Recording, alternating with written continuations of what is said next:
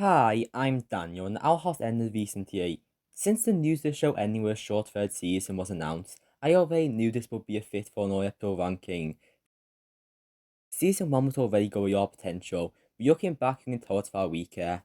Normally, I try to make my rankings feel disputed between seasons, but not here. The first 10 minutes were mostly season 1, and the last 10 minutes were mostly season 2. Speaking of, season 2 is massive improvement with consistent great episodes back to back. It really broke the idea of favourite episodes to make certain ones stand out more. This season gives us Gravity Falls, a show I ranked a year ago, so this is kind of a follow-up. Season 3 was only 3 raw specials, but was still great and counting on the list as well. This is a show I could talk about a lot. I made 2 videos before, and might do more after. The way it changed so much in story and world is something compelling and engaging. The Owl House also a large amount of strong characters who have grown throughout the events of the show. Yus went from a typical protagonist in this fantasy world, but subverts the hero archetype so well. Eden and King start off quite comedic, but had character arcs while still remaining the comedic side. Every character seemed to grow through all this universe. It causes a strong solo side to go for every episode in this ranking. One thing differing is how I currently rate things. I care more about how the pace is spent rather than what the episode means than I used to. My old rankings may be slightly altered if I redid them now, but I'm just starting that here. So, what are the best and worst episodes of the Owl House in my opinion? Some picks may be controversial. Also, spoilers, so watch the show first, that's kind of a given. 43, Witches Before Wizards. This is a good example of what I just said. Edith's speech at the end is good, and this ties to the show's themes of subverting fantasy tropes. However, other episodes can do similar in a more subtle way. This feels so smart about breaking the chosen one narrative. It is just a bad episode of a boring journey with characters. The overall tone doesn't feel like the Owl House, and it has a lot of earlier show problems. I know some may like this episode, but I don't see it as the worst episode for me. 42, Hooty's Moving Castle. This is the only episode I feel no shame in calling failure. The only thing it doesn't mention Whale and Amity used to be friends. Aside from that, nothing. It is just a generic story with some beyond annoying villains. Turbolt is here an uninteresting story. This is a well-known season 1 episode with Random King and Nita subplot. This is only second worst, because it has some funny moments with King and Gus. And I like that one yarn of that girl dreaming of pushing children off bridges since he was a child. So it has that at least. 41, A Young Witch and a Warden. This is fine at being the first episode but flawed. I like the quest for King's Crown and some yarns. The way they'll mess it too much on the nose. And the Warden Wrath is a pretty dumb villain. I see why they started this for the show to subvert it, but I don't make any use of the world building here. The state of the first episodes make this show really awkward to recommend. I don't know why I continue watching, but I'm glad I did. The amphibious first episode around the same, but didn't make me want to watch past the first couple episodes. 40, Really Small Problems. I really like King and his dynamic with Use, but this episode is really weak. Tibbles is debatably worse here, and this is just a random walk around fair episode. The only thing it really has is that it's better than Little Dipper. Both shows had a shrinking episode in the bottom 5. Speaking of episode, Piotr Gravity Falls also did. 39, Once Upon a Swap. This episode is commonly considered the worst, and I agree it's not good, but I have more fun with it than most other episodes near the bottom. Mainly, King trying to be a teenager is really funny and carries the episode comedically. The other two plots exist. It is weird how it plays each and almost fall instead of cutting between them. I see this episode more as a parody of body swaps, with how Ia just casually brings this idea up. Most of the time, they don't choose the body swap and just go along with it. The ending of solving the point by body swapping everyone else is funny, and I think it is slightly overhated. It also just doesn't feel like the Owl House. 38, Adventures in the Elements. This episode is far weaker than I remember. I think it only worked the first time because it was hinting unity. I like seeing more of the Bright Twins and introducing a more accurate version of them, but Use becomes annoying and unlikable. Her stealing Amity's bond is a decision that causes all the problems and another trust issue. I like King's side plot with stuff toys coming to life and Hughie's massacre against them. But these plots aren't very connected. The backgrounds are beautiful and there's some good here, but little seems to actually happen. I would say it's most overrated Amity episode, but 37, Reaching Out. This is probably a contender for my most unpopular ranking to put this as season 2's worst. I like the Blythe family, the twins are fun, Idol's arc is foreshadowed, and Amity is good. The designs for this episode are cool, and I like the brawl fights, but it's strange plot to do in a shortened time. There's lots of plot convenience, dumb decisions, and more that gets in the way here. That whole conflict of Youth Yang and Amity being mad about it, and both seem unreasonable to an extent. There's also too many characters here it starts to feel jumbled, and why did they bring back Golden Wrath instead of having Kikimoro another common leader here? I kind of like how I handled grief, but other use distractions would have been done better. This has some strong moments in a weak episode. Don't expect much season 2 near here. 36, Escape of the Pious Men. Both plots are just okay here. Thing is funny, but it finally goes too far here using Kerstida. The back queen is kinda interesting, but the change in that plot isn't that strong. It comes together as a final forgettable mid-season finale. Yuki didn't mean much to me because it only started when all season 1 was out. 35, I Was a Teenage Abomination. Well, it's better than the first few episodes at least. I like some of the concepts of comedy here, but this doesn't feel like Our House. These early character betrayals and generic wizard skill feel so beyond the force. It also has a random king and leader subplot. 34, Something Ventures Someone Framed. I still don't understand why Gus couldn't take the cube outside to see use. Why was she even banned to begin with when Rio was given top student? The plot could have skipped the guy with Rio and it would have been better. While the tension being a monster is dumb and percent of boring hours are more barbaric. Aside from those two big problems, it is good because of Gus. 12 around the school is kind of fun and there's Bartholomew. He is worse here than later appearances, but he is entertaining boy and looking back, I believe his speech was why I wanted to join the club. Also, I like the side plot of her trying to get use and role, and I like the ending stories part. They should make a spin-off for Young Leader or something. 33, Keeping Up Appearances. You can tell someone thought they were so smart with this Karen thing. Aside from that, this is a good take on the controlling mother who grows her character. I like the exploration of Yev's issues and projecting onto King's past. Hootie having to serve as a therapist between the three. Yev shown to Yef at the end, I could make a video about how this season may change with his stay living in the Owl House. Seeing this in a metaphor of mental health makes it better, and at this point, all the episodes are at least good. 32, Understanding Wayo. This episode is better than I thought it was. I still don't like how Wayo episodes always sideline her, and this is a prime example where it being about use in Amity. More about Wayo as a character should have been shown through her mind. It's almost like two characters exploring a mindscape should be a golden premise. Even so, Amity has good development and this is a good moment. The Gus interview side plot is also funny, but this was really just a light episode to prepare for the following episode. 31, Through the Looking Glass Ruins. We finally got your good Gus and Bartholomew episode. Echo Illusion magic is explored, and Matt's redemption feeling realistic. The dynamic between them is great, and I like the keeper, but this feels like a basic journey with twist villains. The Unity subplot is also kind of outfit and a story tension from the real stars. 30, Edge of the World. This feels cut down to what should have been multiple episodes with the Titan Trappers. I think they might have originally planned this for season 3, but had to merge with the character plotline, that feels wasted here. Yet what actually happened in this episode, and it's very accurate compared to the rest of season 2's end. It still has some really great king moments, a good reveal, and I like the characters here. 29, Winger Like Witches. This isn't great, but it's just a fun episode of parody sports movie tropes. Boschka works as a villain here, and I like the contrast between her and the new Amity. And I like the Edom and Yev side plot. It's a funny episode that isn't necessary, and there's better episodes. 28, Fires at the Current Day Parade. This is a bit better than I remembered, but it's still a basic season 2B premiere. I find Kikimora underrated villain, and I like how used projects redemption arc upon her, and the ending shows her care more about emotions than her family. The Eda Rain confrontation is obviously great, especially knowing more about Rain now. It's good, but put together a bit clunky. Amity feels forced in by how convenient he just shows up, and Terra Snapdragon is a weak villain. This is a mania forgettable episode. Also, the big Bale's face reveal would have meant more if you didn't see his face before. 27, Escaping Expulsion. This feels a bit out of face and similar to a season 1 episode but placed at the start of season 2, but it's solid. Odayu is a good villain like Amity's turn against her, and I like how Principal Bump is throwing bad about having to expel them. Wayo and Gus are pointers here. I forgot the side plot, but it's a great use of Ida and Yev being the students yearning gifts, and Yev's method versus Ida. 26, The First Day. I wasn't a fan of how long it took for you to finally get in Hexai, but this episode is good. It's a bit generic at points, but I like the look of how the troll makers actually love you anymore, but were stifled in the one-track system. I like how the episode ends with Bump admitting he was wrong and changing it, and the subplot of King teaching is funny. 25, Any Sport in a Storm. Good episode, but it's the epitome of Will's fake character arc, and the story being overshadowed by others. But we do actually bring back her story, The Pario Hunter, and Gus is constantly funny this episode.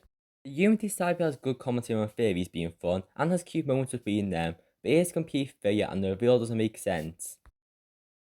It brought back Tibbles, which are already dumb, but why would he change the author's picture when human things sell more? He's a con man, showing to be able to know that Ortiz not put effort into editing it. Any sports in the storm is mainstayed by Hunter Sark and Growth Developing and Darius. Looking at Darius helping Hunter make fences better, also you have Steve questioning his life choices. 24, Yost and Youngridge. This used to be my best episode, but now it's not as good. I still think on season 1's upper half. It has a random king in either subplot of looking after a baby. From perspective of seeing the rest of the show, I don't like the Yamina version of Edric and Emma here. And this story feels too much like a Gravity Falls copy, with the books coming to life. This episode still has great unity moments, good comedy, and a clever explanation of the library. It still tells the Gravity Falls like plot good, it just feels like I prefer episodes that have their own identity. 23, Agony of a Witch. This is pretty good and the depressing atmosphere is really effective. I thought the episode is just a field trip, and Amity probably should have been there to interact with EAF. The climactic fight where animation tripled in quality is great out of context, and even in context is still pretty cool. However, it feels forced for you to reveal it here. It would have made more sense to say something like "Get me fix my mistake." I have trouble buying the way Jack sends Bieta out. I don't like the impression it gives of EAF, which is probably a reason why so many people hated her even after the next episode explained things. Everything she did is understandable. Well, except almost calling use. I can't defend her for that. 22, Yesterday's Yai. This was to mark the midpoint of season 2, and as the midpoint in this ranking, which I think fits. The plot idea is secure and like the foreshadowing here. Even if I disliked the episode villain, it foreshadowed the whole Witterbane thing. The ending seems very emotional and powerful. I hope Kamiya haters have stopped by now, because he managed to make both characters reasonable and understandable. Also does V, who's a decent character, but I'm not too big on them. 21, Dems the Breaks Kid. It's a kind of unneeded young leader story. This fun feels like it is needed when you consider what follows it up. I like the friendship with Rain, and I love the comedy in this episode. Give us that spin-off Disney, or Witbane prequel, both could do. 20, Kyout on the Horizon. This episode is great, but feels like it all set up and in-betweens, especially in the side plot. It does have idol redemption and finally turning into Dahlia, which is great. It's a bit weird concluding this in the penultimate episode of the season, but as you'll see later, I don't mind certain things being in the penultimate episode.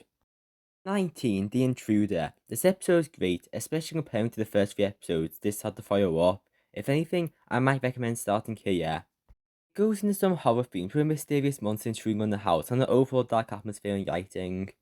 In retrospect, this episode did a lot to move things forward. It introduced gift magic, the king and use dynamic, which is golden, and Edith's curse. It's interesting which didn't tell them before as a clever parallel to show Hida holding back. It is also a funny episode, making it work better. 18, Sense and Insensitivity. Some may be confused by an episode like this is so high, but this is years ahead of all the other unimportant season 1 episodes. King is funny, and you often like episodes about writing stories. I like the king and use dynamic and their clash of writing styles as well. I also like how they make crunch time and writers be literal. The main plot does end too abruptly, which is the point of the episode. The subplot is also great at establishing both Yave and Eva's characters, and the relationship show more of. The way they roasted and beat the villain of the episode is also really funny. This is an overall story the underrated episode. It seems there's 17 episodes yet and only 3 are from season 1. 17, Hunting Pious Men. The title is changed for how it could also be Hunter's Pious Men. There has been better Hunter episodes and moments later. This is a great introduction to him. I like his reasons and character explored and contrasted with youth. He becomes unsure in her future, which is an important plot point of the show. I like how Hunter without the Golden Guard mask is hiding his more weird traits that were similar to use. Kikimora is once again great, and there's a cute bird introduced. I hope nothing happens to Flapjack. Anyway, 16, thanks to them.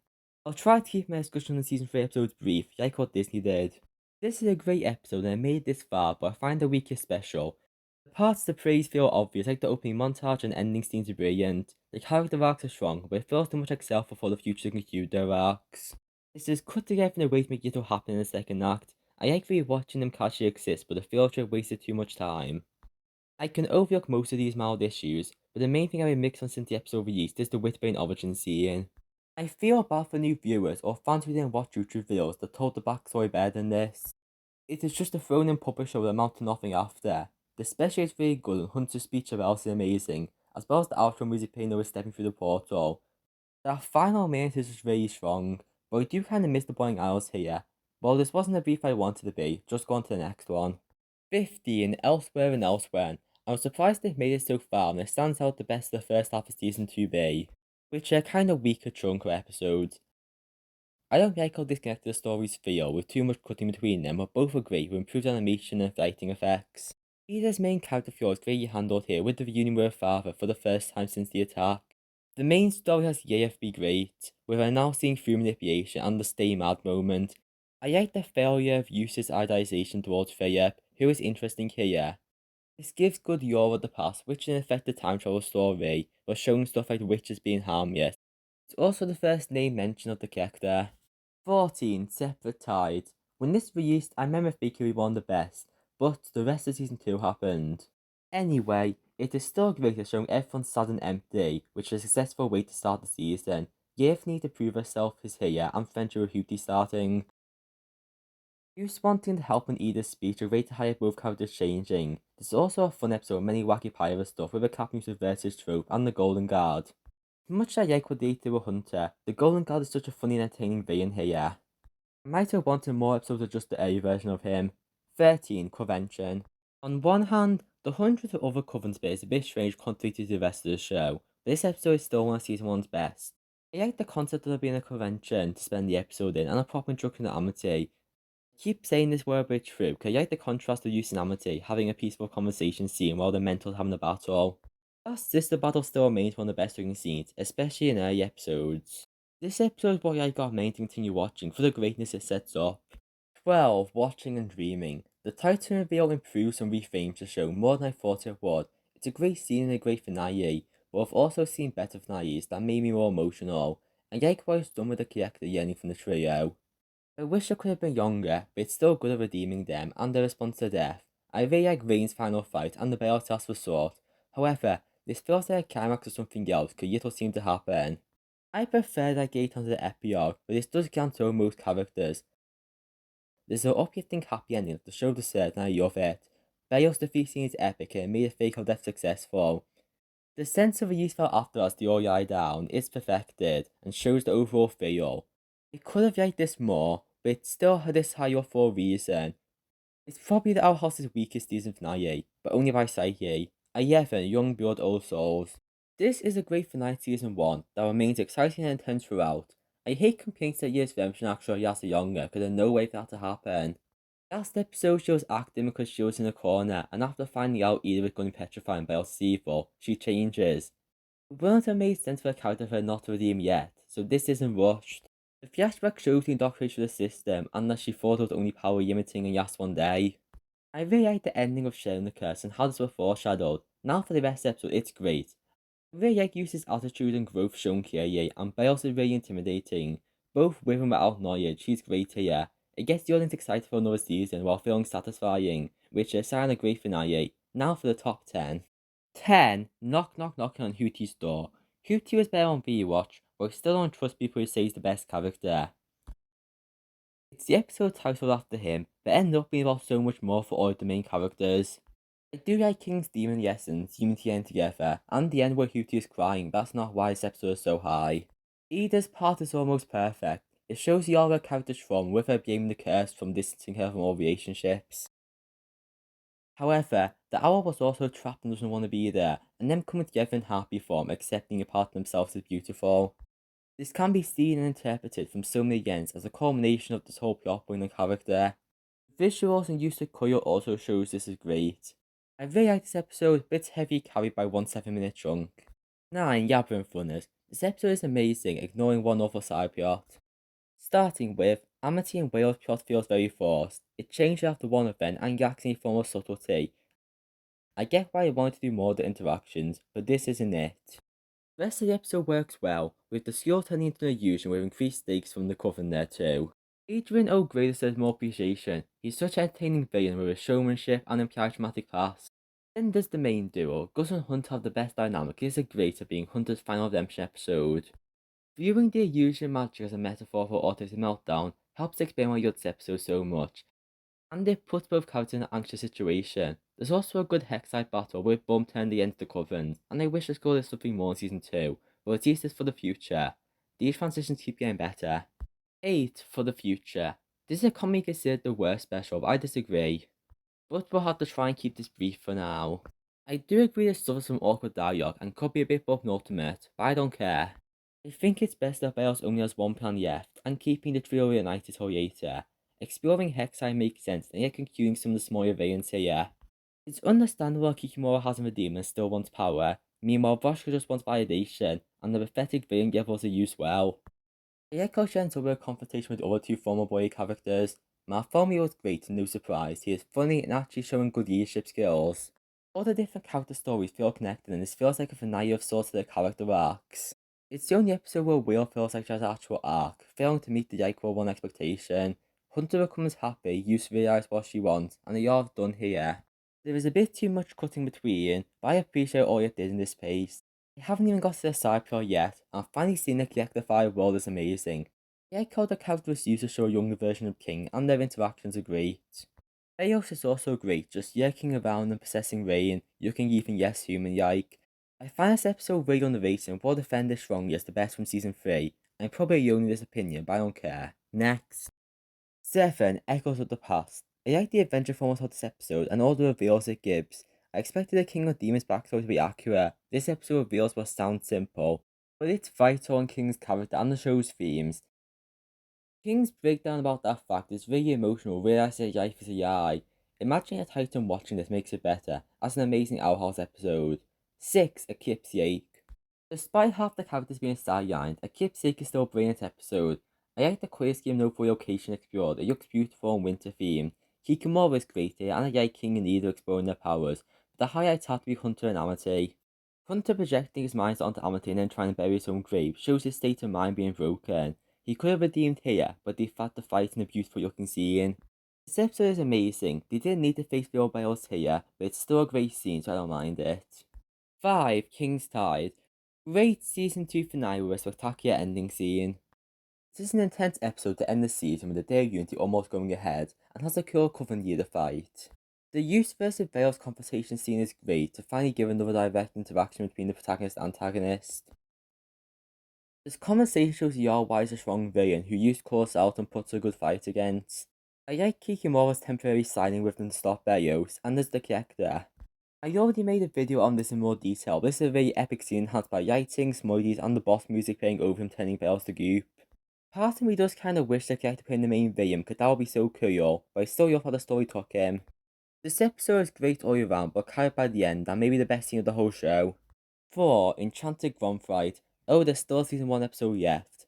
This is that season's masterpiece, and incorporates so many elements perfectly that deserves its high reputation. There's obviously the gay witches dancing coming it up, but not even just that dance. Rom is a good concept and an easily acceptable Hexai weird thing, unlike detention. Everyone has cool look outfits and it balances fun mode to drama superbly. The Gus and King side play is comedic, but also has emotional scene for both characters' arc, which keeps it in the tone with the episode. I always like seeing Thea's explored, like how Ida views Use, and Kamiya's reaction to space. It remembers the point and serves the crucial realization for Use, and also Ida's mentorship. Oh, and also Amity. The dancing in Unity is incredible, followed by the paper reveal. Unlike some other Unity moments that mean yes now, this is still incredible. Same with the whole episode, which can't stand on par with some of Season 2's best. 3. Oh Titan, where art thou? Here we have the Steve episode, so of course it's near the top. This episode does a lot so beautifully. Serves as a calm bit of peace and fun before the finale, but also has your dramatic setup before that. This has multiple plots going on, but importantly gives a perfect amount of breathing room in all it does. The Eden and Use conflict is great at showing both of their problems at forefront. Eden wants to protect others and Use wants to help in a toxic degree. And that what makes their fight scene so intense, they're both partially in the wrong but also understandable. It explores King's identity after the reveal, and I love the shot of him staring at the Titan's corpse thinking. Yef's need to worship was also explored. And then there's also Steve. Him changing his mindset and view is important and a great show point for a male character. The amount of hope felt by the ending alliance can't be amounted to, it's that brilliant. This episode is also funny, well animated and overall beautiful. 2. Ida's Requiem. I already made a video on this episode, so I'll keep it brief. This episode is also beautiful and a great idea for Ida ignoring her problems by joining a Valiant group. You think King's side plot should feel forced, but it doesn't. Vane is a great character, there's funny moments, it's emotional, and so much more. Mainly that scene where they play music accepting death, but a photo of using King to make Vane stop. That decision was seen to be a good thing, knowing there is inevitable for good, which improves this a lot. a masterpiece that I originally thought would be number 1, but it had to go to another episode. 1. Hollow Mine. This episode is really atmospheric and unnerving, showing the centuries of manipulation and brainwashing of a monster that used to be seen as a man. The dark colour scheme and unnerving world and surroundings created brilliant here. The reveals were predicted, but our reveals so satisfyingly here. The pace is spent very well, with each flashback and background image showing another twisted side to Bios, and the character first appearing as something to almost glance over. Both Use and Hunter change so much of the witnessing all of this. Hunter tries using the knife throughout the story episode, but has to finally handle what the Emperor actually is. The Grimwalker thing is really scary when you think about it and why Bios would do it in the first place. This episode is really clever by making Hunter and Yu's dynamic start off comedic and bickering, but slowly become more mild compared to what they say. You spend your time complaining on those who can't see his manipulation. But then there's the fear of Witterbrain thing that was predicted as soon as his name was mentioned. But the way he forces the knowledge onto Use that she helped him is a great scene. Bale spends most of the episode hidden between two forms, a monster and an innocent child. The child shows his view on wishes and what they actually are, and it transforms into him and becomes more intense. Final scene drops the spectre outside looking at Bales and properly shows him as a character and a threat. This whole episode is excellent exploring the darker themes with genocide and a corrupt leader taking power. With all that I managed to do, Hollow Mine has been the best episode at our house, and possibly one of the best animation in general. In conclusion, this was a young Bill who had a lot to say about this show. Some of my opinions may be different, but I've accepted that and wonder what others will think. Since it's been 2 months since the finale, some others will probably beat me to this video, but I'm so glad mine came out. If this video does well, I would want to make more videos on the show as well. I hope you enjoyed this video. If you did, I suggest watch my other videos on animation. So what's next? Does Yob animate movies recent kills together? Okay. I'm planning on watching the Mona first. The end.